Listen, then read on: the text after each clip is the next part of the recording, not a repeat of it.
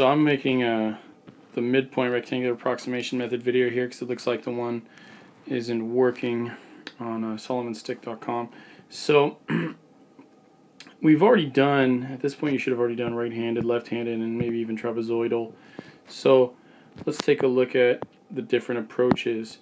Remember that the right-hand rectangle approximation method uses rectangles that touch on the right top right corner of the rectangle. The left hand does the left, and the trapezoid, we make little trapezoids. Well, with the midpoint, what do you think we're going to do?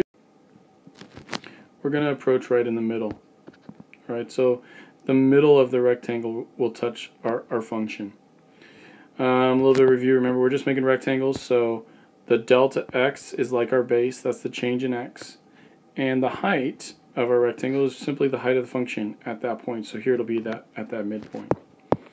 And again, how do we find the delta x? We just take our interval, b minus a, and divide it by the number of rectangles.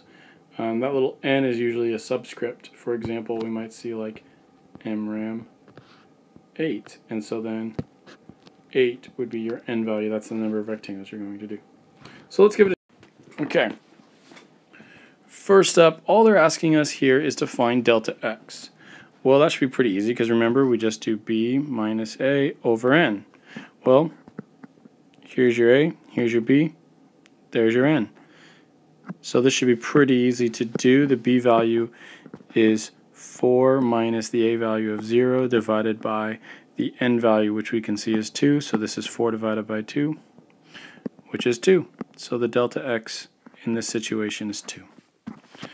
So I want you to try the next one real quick. You can try it on your own and then just check and see if you did it correctly. Okay, so hopefully you saw that 4 minus 0 over 4 is just 1, so the delta x in this situation is 1. Alright, well, let's take a look at the next problem then. Now remember, we've already found the delta x for this situation. It's right up here because it's MRAM 2, delta x is 2. So I'm just going to make a note of that the delta x equals 2. Alright, and now it actually wants us to approximate the curve using midpoint approximation. Well, let's just give a little sketch here of our curve. So 0, 1, 2, 3, and 4. And then I'm going to just do like every 2. So 2, 4, 6, 8, 10, 12, 14, 16, 18. Okay. Again, that's just an approximation. And let's just graph this thing. We know at 0, 0 it's here. We know at 1 it's at 1. We know at 2 it's at 4. At 3 it's at about 9. And at 4 it's about 16. So we got an idea of what this graph looks like, right? Okay. Well, what do they mean by a midpoint rectangle approximation of 2? Well, it means that we're going to have 2 rectangles. So if I was to cut it right in half, right? Well, there's my delta x, it's 2, and there's the other one, it's 2. But we're approaching it, or we're finding the height at the midpoint. So the midpoint's right here, right? Because the midpoint of 0 and 2 is 1. So it's going to be like that. And the next one, midpoint, is at 3. Well, the midpoint 3 is right here at 9.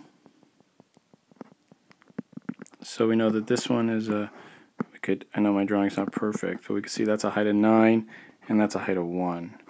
So if I was going to add this up, add up the midpoint rectangular approximation of 2, that would equal my delta x times the 2 heights, right? So we could say f of the first height is 1 plus the second height is at 3, f of 3. And we could figure this out really quick because my delta x is 2. F of 1 we know is 1, and f of 3 we know is 9. So we get 2 times 10, which is 20. And that's a pretty good approximation. All right, let's go on to the next problem. All right, as always, I want to encourage you to just try this on your own first. So I want you to go ahead and do that, and then you can pause your video and then feel free to unpause it when you're ready to check your answer. Okay, so I've sketched some stuff out here. Hopefully you made a similar sketch and got a similar idea of what's going on here. Remember that we're going to do the delta x, which we already found in a previous problem. We found that the delta x is 1. And so I'm just plugging that in and then multiplying that base times the 4 heights. So when I plug that in, I get 1 times, and now I need to calculate all 4 of these heights. And these are the midpoints. If you look at these 4 rectangles, the midpoint from 0 to 1 is 1/2, from 1 to 2 is 1.5, 2.5, and 3.5. So we're just going to plug those into our function. And you could do that a number of different ways. You could, actually just square 1 over 2, square 3 over 2, square 5 over 2, square 7 over 2. I'm just going to plug it in my calculator because I have that handy, but I don't really need that. It's just quicker. But when I do that, I get that the square, 1/2 squared is 1/4. 1.5 squared is 2 and 1/4. 2.5 squared is 6 and 1/4. And finally, 3.5 squared is 12 and 1/4. Well, I don't really need this 1 out here, right? Because 1 times anything is itself. So I just really need to add these up. And that's not too bad because I have 1/4, 2/4, 3/4, 4/4, which equals 1. So if I add up all the fractions, you kind of see this, right? All those fractions. If I add that up, that's just a 1. And then if I add up the 2 plus the 6 is 8 plus 12 is 20. So that's a 20 plus 1. So my approximation here would be 21. All right, see you guys on the next video.